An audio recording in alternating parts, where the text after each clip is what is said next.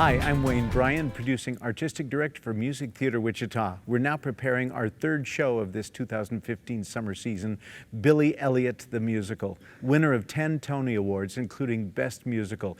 It's set in Northeast England in 1984, when Margaret Thatcher's government is putting tremendous pressure on the coal miners, and their livelihood is threatened. In the midst of all this human drama, there's a young boy named Billy, whose mom has died, whose dad and brother are coal miners and don't know what to do with him.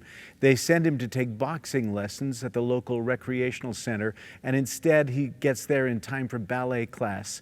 This sets in motion a series of events that changes his life and the lives of everybody in his community. Here are some of the people who are doing their work to put Billy Elliot on our stage. Margaret Thatcher was basically trying to choke the unions out and completely do away with them, and stockpiling coal from other countries and trying to crush the coal miners union. And she was pretty successful at it, actually.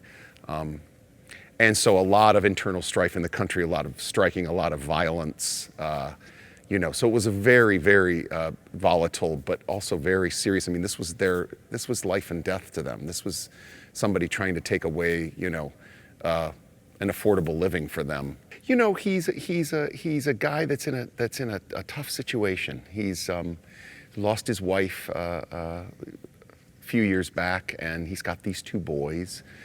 And set against the backdrop of the strike and what's going on with the community, with the miners and all, he's just got a real battle on his hands, trying to be both mother and father to these guys. And yeah, sometimes he's not so successful in his efforts. Well, it's a beautiful musical, and she is a gem of a character in this musical. She's sort of this, everybody in this play is a little bit broken and trying to create a life for themselves, and she has been teaching the girls in town ballet for years.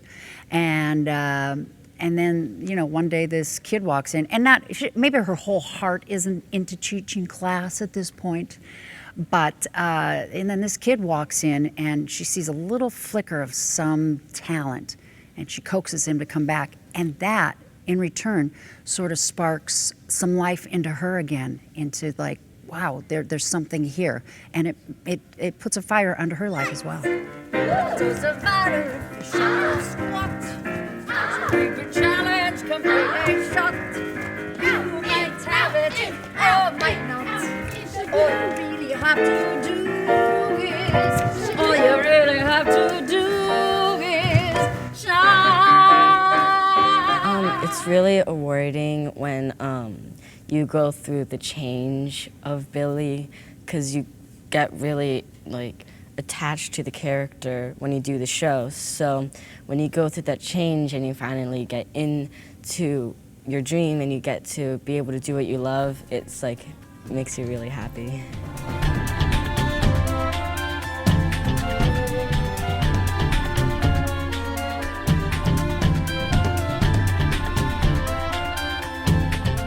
So you're telling a tale of community and dancing with these sort of odd fellows, odd people. So it's not super pretty, and it has a grittiness to it, but the message is so beautiful, So it's sort of the juxtaposition of the beauty of the story and the message with the grittiness of the tale. So expressing yourself it's kind of a comic relief in a really serious show. It's Michael's just trying to cheer Billy up, and it just kind of it does convey a message, because it's just saying to be whoever you want to be and not care about what other people think. And so while it may seem silly, it actually conveys a message. Yeah, in expressing yourself. Billy stumbles upon Michael dressing up in his sister's and mother's clothes, and Billy is at a point where he's trying to make a decision. He needs Michael's advice. He's his best friend. And Michael wants nothing to do with it. All he wants is Billy to play dress up with him. So in order to get Billy to do what he wants to do, he pulls out every trick in the book, and he ends up bursting into song and dance. And we go into it's like Michael's dream ballet. Billy has his dream ballet, and this is Michael's dream tap dance. So this is where we bring out the glitz, bring out the sparkly curtains, and it's great entertainment. This should be a musical because basically he can't express anything more within his speaking, and he dances and he sings. That is a total form of expression. It has every form of music. It has rock and roll, it has beautiful ballads in it, it has great anthems in it, so it really carries the whole range from A to Z, and I think it attracts and appeals to everyone of all ages. When I was 9, I auditioned for the national tour, but I was too young, so, and it was also closing, so they weren't taking anyone. But then 3 years later, Nora called me, and she told us about this, and I auditioned twice for it, and I am now understudying the role.